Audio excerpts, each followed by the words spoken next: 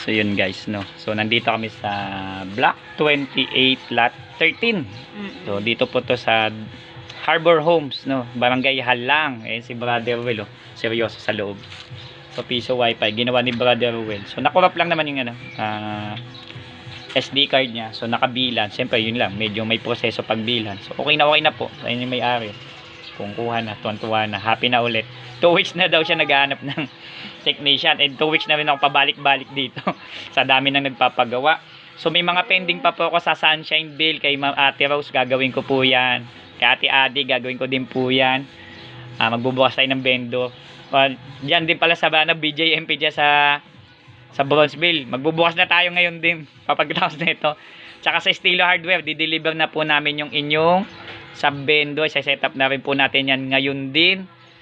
Kung kaya pa po ay makakadaan kami ng Magallanes kay Vice Mayor. Yun. Opo, so set up po tayo, no.